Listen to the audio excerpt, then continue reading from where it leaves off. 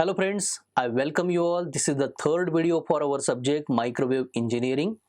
In the very first video, we have been introduced to what exactly the microwave mean. So it is electromagnetic wave with the specified frequency range of 1 GHz to 300 GHz. The various frequency band designations we have addressed into the first video. In the previous video that was titled microwave devices, the various microwave devices, some onto the vacuum tube platform and some onto the semiconductor platform along with their principle of operations have been addressed. Now let us have introduction to the practical microwave system.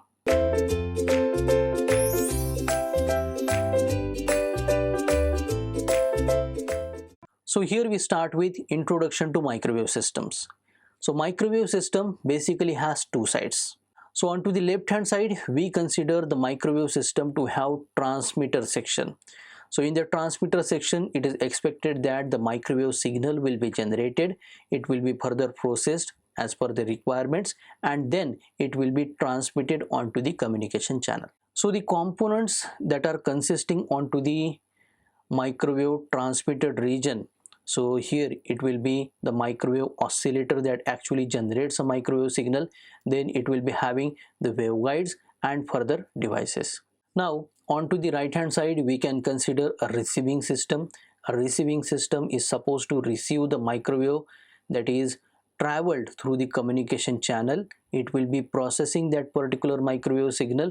Whatever the encoding has been made, if into the transmitter side, it will be decoding that particular one so that the errors or the noise removals can be done for the microwave signal, and further the application end, it will be provided with the microwave input.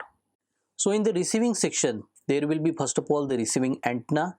After the receiving antenna, there it will be some processing unit, so that whatever the encoding may be made onto the transmitter section, so the signal should have been decoded there.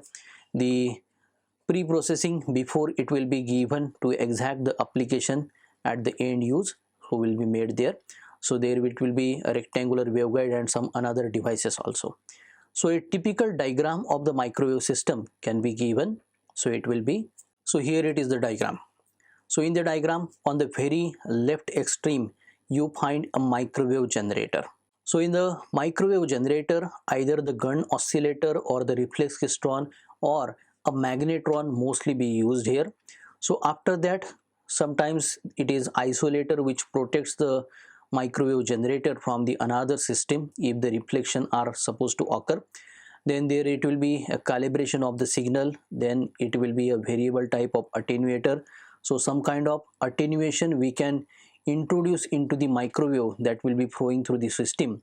And for the use as a transmitting antenna, here the horn antenna is used, you can see in the diagram. So after a distance of separation, the another horn antenna is used here, so which is a part of receiving section. So the receiving antenna will be receiving the signal, and finally the microwave is sensed by the oscilloscope or the power meter. So the power measurements or some another measurements can be made at the receiving end. So in this diagram, you see a practical microwave system bench.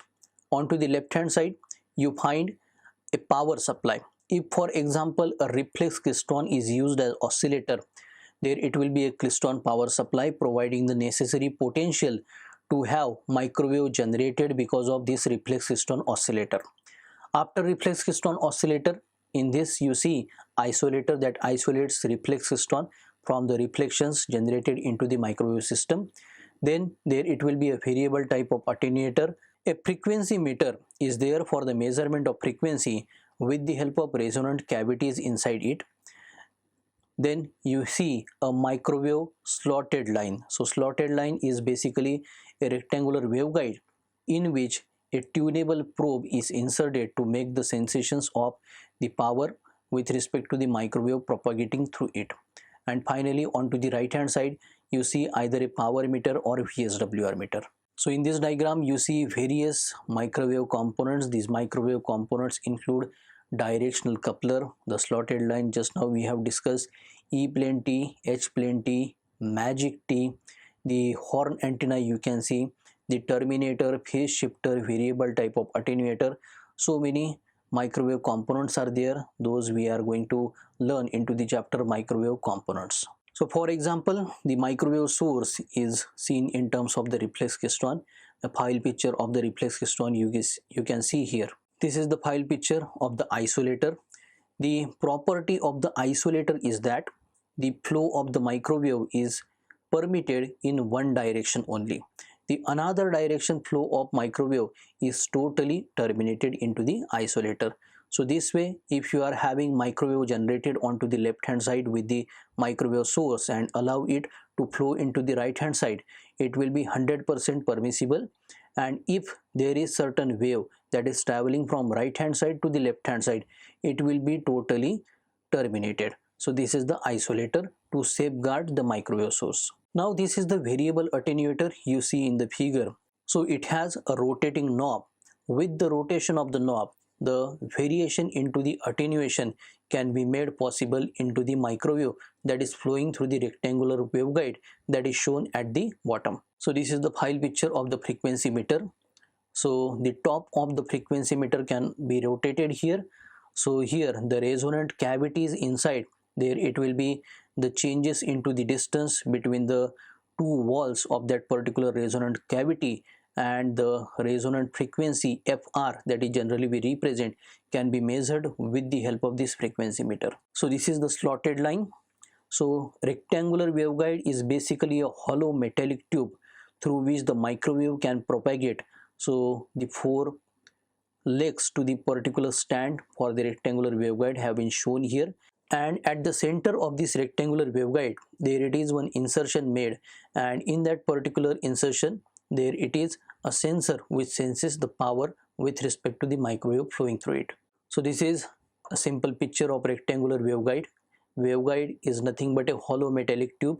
If it is having a rectangular cross section, we call it rectangular waveguide. This is the tunable probe with which we measure the respective properties of the microwave flowing inside the microwave bench. This is the detector mount that is used in the microwave bench to have the measurement for the channel that is open for the microwave system with any of the components in the use. These are the microwave passive components. The name of the component is Eplenty. So here you find a T-type of junction. So the three openings there you see here.